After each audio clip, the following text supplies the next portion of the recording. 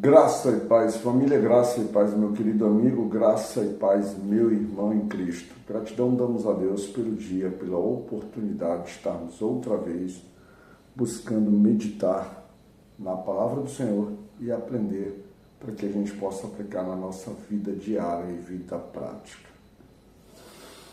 A palavra de Deus nesse dia 11 de outubro de 2024, tá? No capítulo 6, versículo 13 do livro de Samuel, registra o seguinte: E andavam os Bet-Semes, fazendo a cega do trigo no vale, e levantando os olhos, viram a arca e vendo-a, se alegraram. Nós temos aqui o cenário interessante agora, um cenário reverso do que vinha acontecendo. Nós tivemos uma batalha entre filisteus e o povo de Israel, praticamente duas batalhas, e o povo de Israel perderam, houve morte de pessoas teoricamente ditas importantes ali do processo, pessoas que desenvolveram o sacerdócio, morte do povo, mais de 30 mil, quase umas 35 mil pessoas nas duas batalhas, e o mais importante de tudo isso, a glória do Senhor foi-se, apartou-se de Israel. E quando os inimigos, que eram os filisteus, tinham tudo para celebrar a vitória, ao pegar a Arca da Aliança como uma forma de troféu para poder exibi-la e mostrar o poder dos filisteus, a astúcia dos filisteus, a raça, a força que os filisteus tinham, e principalmente a honra que eles davam aos seus deuses, porque fazia com que o Deus de Israel teria se curvado ao Deus dos filisteus, né? Ao Deus ali dos filisteus. Então, entre o principal deles, que era o deus Dagon, aí eles começaram a perceber que a presença do Deus de Israel no meio deles não estava lhe causando bons resultados. Por quê? Porque não havia uma relação entre esse povo e o povo de Israel. E essa arca, ela representava a presença do Deus vivo, né? A presença do Deus ali para o povo de Israel. A Arca da Aliança representava não só muito simbolismo, mas muitas coisas reais, efetivas, de batalhas, de cura, né, de direcionamento, de manutenção de necessidades, de suprimento, ou seja, literalmente havia uma aliança, o nome tanto que não é a Arca da Aliança atual, havia uma aliança entre o povo de Israel e o povo e a Arca da Aliança, e nosso Deus. O problema é que o povo, pelo conjunto de desobediência, o conjunto de práticas perversas e erradas, acabou, vamos dizer assim, levando Deus a se afastar daquele povo. Mas agora nós temos uma situação inversa. Depois de 7 meses dessa arca afastada e o povo filisteu sendo açoitado, como foi dito ali, sobre os tumores, que eram os hemorroidas, e os ratos que infestavam e destruíram as suas cidades, eles em agonia, em sofrimento, resolvem se reunir com os seus príncipes, com os seus magos, com os seus mágicos, e resolvem definir que tinham que se afastar aquela Arca da Aliança antes que todos eles perecessem. Eles chegam à conclusão que deveriam devolver a Arca da Aliança para o povo de Israel. E o mais interessante é que nesse processo, esse povo vai demonstrar que conhece não só sobre o próprio Deus, como conhece também de toda a história de como esse Deus cuidou do povo de Israel. Fala sobre o povo de Egito, fala sobre o poder e fala principalmente sobre as práticas religiosas, sobre como o povo de Israel se relacionava, né, com essa arca, com a questão das ofertas, dos sacrifícios, das expiações, o oferecimento das ofertas de expiação, ou seja, a oferta de culpa, ou seja, eles têm uma ideia, eles entendem o que eles fazem, mas de alguma forma o coração deles não aceita isso como verdade, não aceitam isso como algo bom para o seu povo. Isso nos leva a entender que às vezes milhares de pessoas sabem sobre Deus, entendem sobre sua palavra, veem os seus milagres, mas ainda nos seus corações rejeitam, porque ainda são resistentes, ainda são pessoas negadoras das bênçãos do Senhor, mesmo claramente elas tendo apoio, porque aqui o povo filisteu, os seus magos e mágicos, eles vão falar, eles vão definir as suas ações conforme, por exemplo, quando o povo de Israel praticava seus pecados, oferecia ofertas e principalmente o pecado de expiação de culpa do seu povo. Então, eles sabem como fazer, entendem, mas para eles faltaria a fé, a submissão, né? Faltaria, por exemplo, ser tomado pelo próprio Deus nesse sentido como povo. Mas eles sabem, eles não são pessoas que afastaram. E aí, tu na vida prática, você quando está anunciando o Evangelho, eu, por exemplo, estou aqui trazendo essa mensagem para você, anunciando o Evangelho, por vezes você está negando esse Evangelho, às vezes você está escutando, de alguma forma você para, assim, dentro daquilo que Deus estabelece, você acaba parando, acaba prestando atenção, mas parece que a mensagem não faz morada no teu coração, parece que a semente não frutifica. Dentro do coração desse povo, a semente não frutificava, mesmo eles sabendo. Então eles preparam todas as suas ações e resolvem mandar de volta. Então, preparam vacas, preparam carroça, afastam bezerros e principalmente colocam ofertas, colocam presentes, declarando ali a sua vergonha, né? Declarando, oferecendo ali um pedido de súplica, vamos dizer, para que aquele Deus, o Deus de Israel, possa, vamos dizer assim, quem sabe perdoá-los, quem sabe, vamos dizer assim, tirar a culpa deles. Pelo menos, de uma forma geral, é como o texto diz. E aí, o melhor de tudo isso, não. E aí vem uma ação que eles acrescentam e dizem assim, olha, a gente coloca essas vacas, a gente não vai tangê-los de uma forma, não vai direcioná-las a nada, deixa essas vacas com as carroças ela começar a sua caminhada e vamos observar se elas vão para a direção da cidade de Bet-Semes. Se assim o for, nós teremos certeza que isso nos foi dado, essa aflição nos foi dada vinda do Deus deles. Se for diferente, se pegar um caminho diferente, essas coisas que nós estamos sofrendo poderá apenas ser o acaso da vida. Mas é claro, como Deus está tudo gerindo, está presente ali, e Deus não envergonharia o povo de Israel.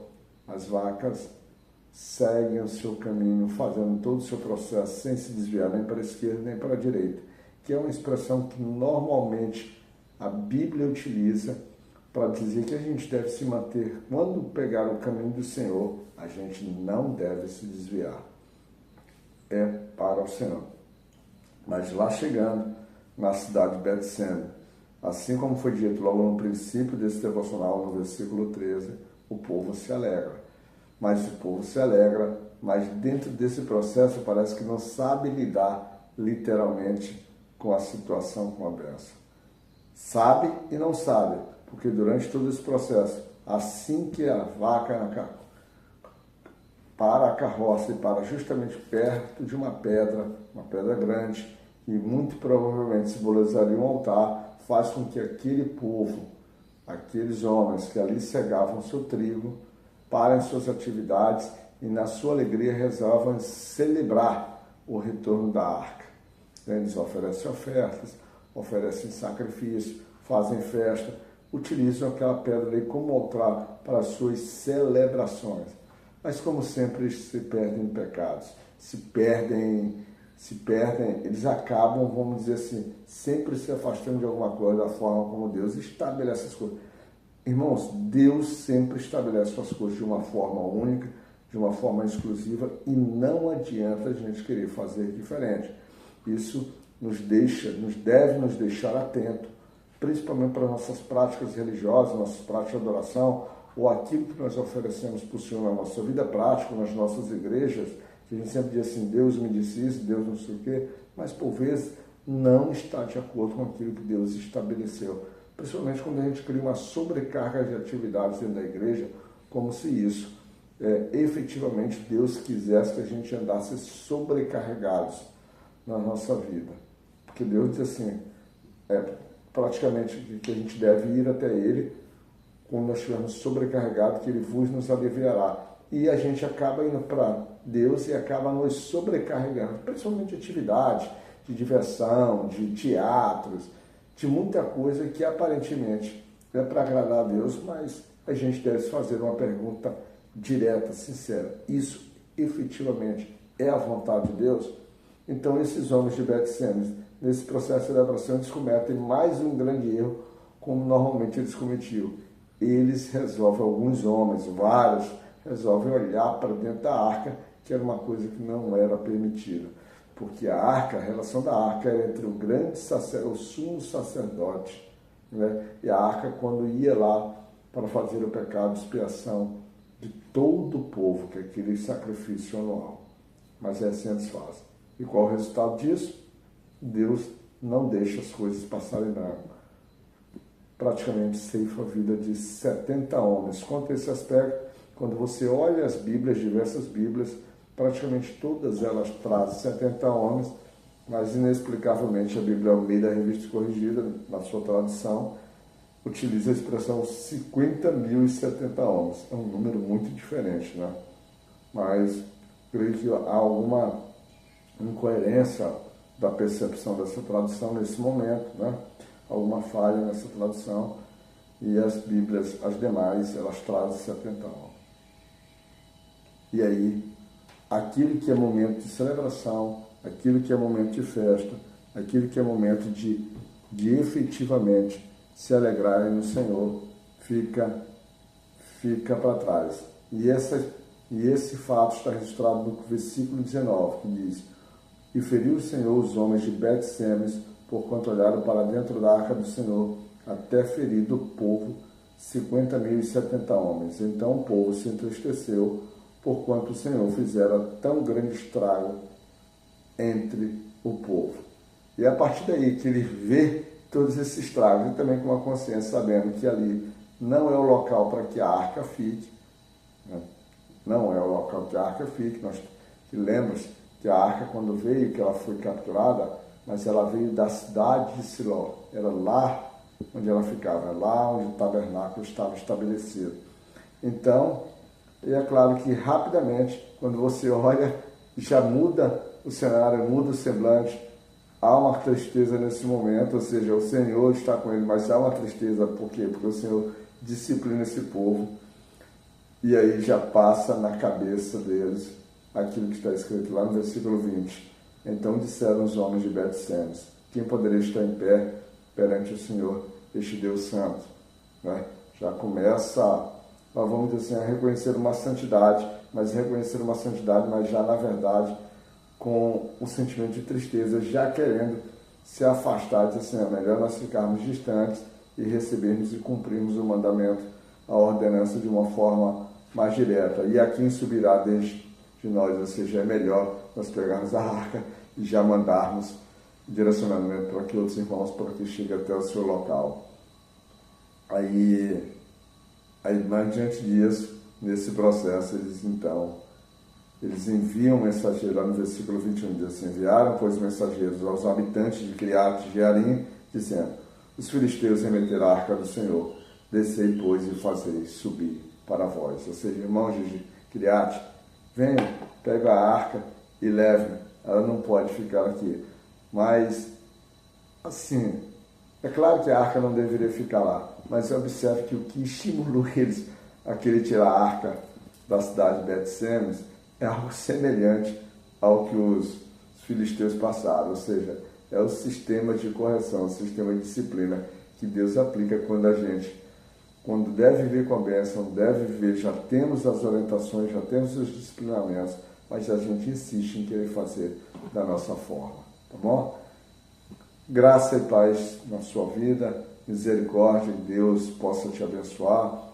Que, irmãos, a ideia aqui é sempre, não é simplesmente trazer o devocional, a ideia é que você desperte para as coisas do Senhor, para que você faça como lá no começo do nosso devocional, quando ele diz que se alegra. Você tem que se alegrar com as coisas de Deus. E se alegrar com as coisas de Deus é viver efetivamente permanente, consciente e verdadeiro na presença do Senhor. Seja filho de Deus, não seja mais criatura não. Assuma esse presente, assuma esse direito. E principalmente também na tua vida prática, olhe por todas as pessoas que estão ao teu redor. É muita gente que recebe, que é açoitado da vida. Eu ontem mesmo recebi uma notícia de uma pessoa que eu conheci no meu trabalho, um jovem, ao meu ver, trabalhador, mas por aquilo que a Bíblia diz, quando a gente pratica coisas lá atrás na nossa vida, as consequências podem ser devastadoras, e é o que foi na vida desse colega de trabalho.